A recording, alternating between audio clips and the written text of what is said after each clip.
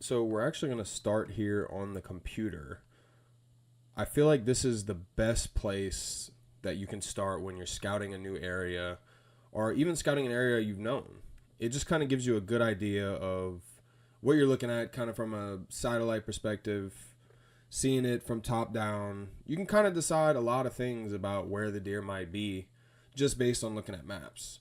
So I'm going to be looking at my lease property here, or, well, my grandpa's lease property, but I've been hunting this since they've had it since I was born. So it's been a long time that I've been hunting this property, but I haven't really hunted everywhere on it. You know, I've hunted some areas, and that's about it. You know, I haven't really had the best luck. I've been hunting a little bit more public land, but this year I want to really get back into it. It is late, like I said, but we're going to do what we can. So I've already got some setups. I'm going to kind of point out where I've set up, why I've set up there, and then some new areas I want to go check out whenever I go this weekend. So this is basically like a rough sketch of the property line. I'm on HuntStand, the app HuntStand. I prefer it a little bit over OnX. I've used both. I've used OnX. I've used HuntStand. But I used HuntStand on the free version, and I have a lot of marks on there. Not obviously not here, as you can tell. But like in my public land areas, I've already have a lot of points of interest and stuff marked out. So I just go with them. I bought their premium. I use it. It's really nice. I'd recommend it. But OnX is good too. I mean, they do the same thing. It's just they're a little bit different. I find this one's a little bit more user friendly. You know, especially for people who are not as technologically advanced. But anyway, let's get started. So we have a little bit over 200 acres here. This is where our camp is. I actually didn't draw this correctly, but the property does go like around here, around the camp area. I think we have like 3 or 4 acres there by this creek. So it's like from this creek to here. But anyway, this is the camp. So this is where we stay at. So this is a really thick area here across the road. I know there's probably deer bedding there, but it's a little bit close. So they know when we're there and when we're not. So I feel like these deer that stay, you know, anywhere around in this camp area, they're not really moving much during the daytime when we're there. You know, but we do have cameras out. We do see them when we're not there. But yeah, they pick up on that stuff pretty good. So if you notice, there is a creek that runs here. It's called Flocktall Creek, I guess. But it runs all along our property border here. And I feel like this is like a main...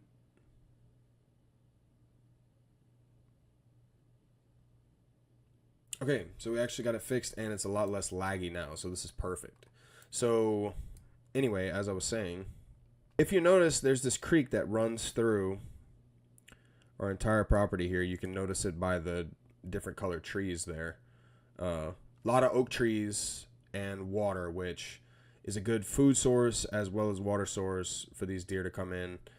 And as you can kind of see, there's really not much water anywhere around other than maybe these other creeks. So, I mean, that's really it for all this. It's mostly just pine, just big pine forests. So this area here, just to the south of the property, is has just been clear cut, I believe, 3 years ago. And this is actually not an updated picture of our place. We just got cut as well last year or early this year. So most of this is cut, which could be an advantage for me because my main area that I hunt is around in this area where this creek. This is a power line, by the way. I guess I should mention that. This is not a road that goes through our main, the middle of the property, but it's a power line. So that's also a good place, but I'll get to that in a second. So I do hunt here. I might post some pics of trail cam pictures I've gotten, but I've gotten some nice bucks here.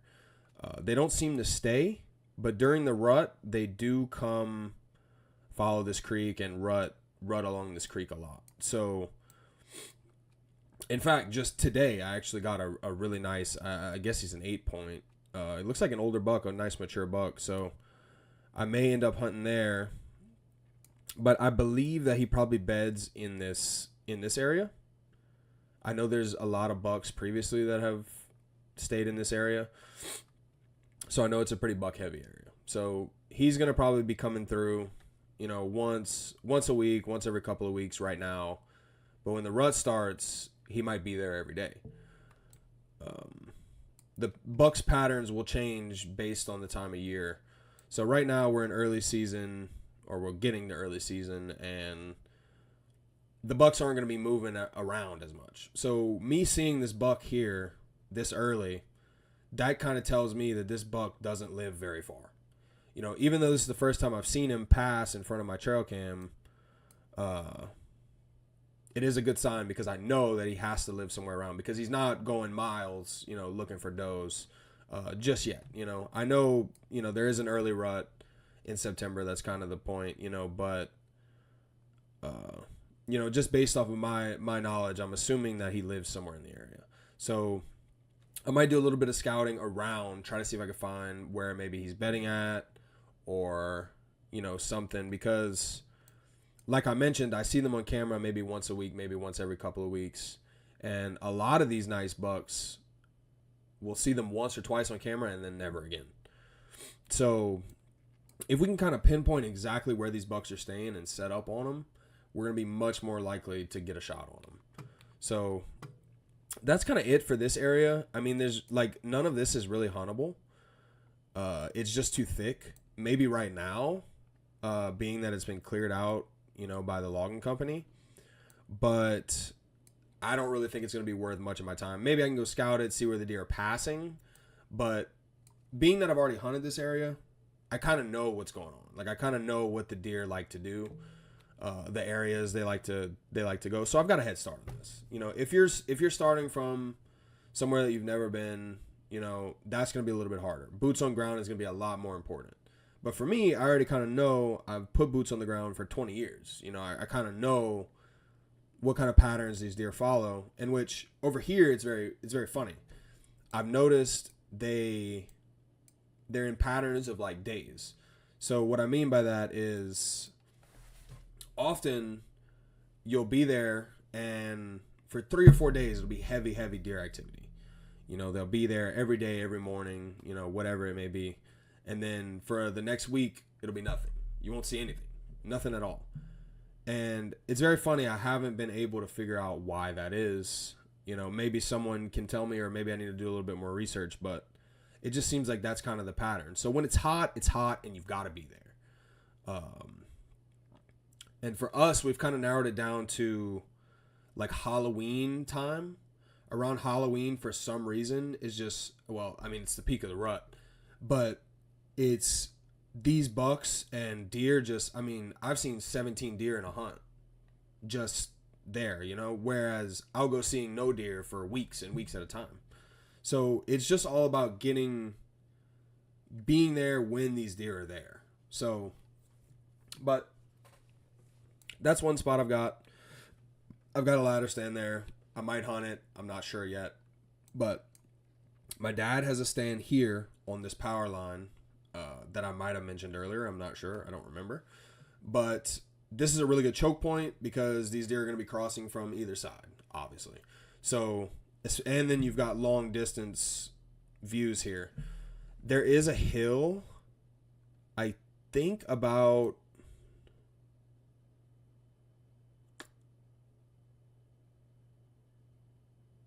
here somewhere. And you can't see to the other side. It goes up on an incline. So you can't actually see that on the map.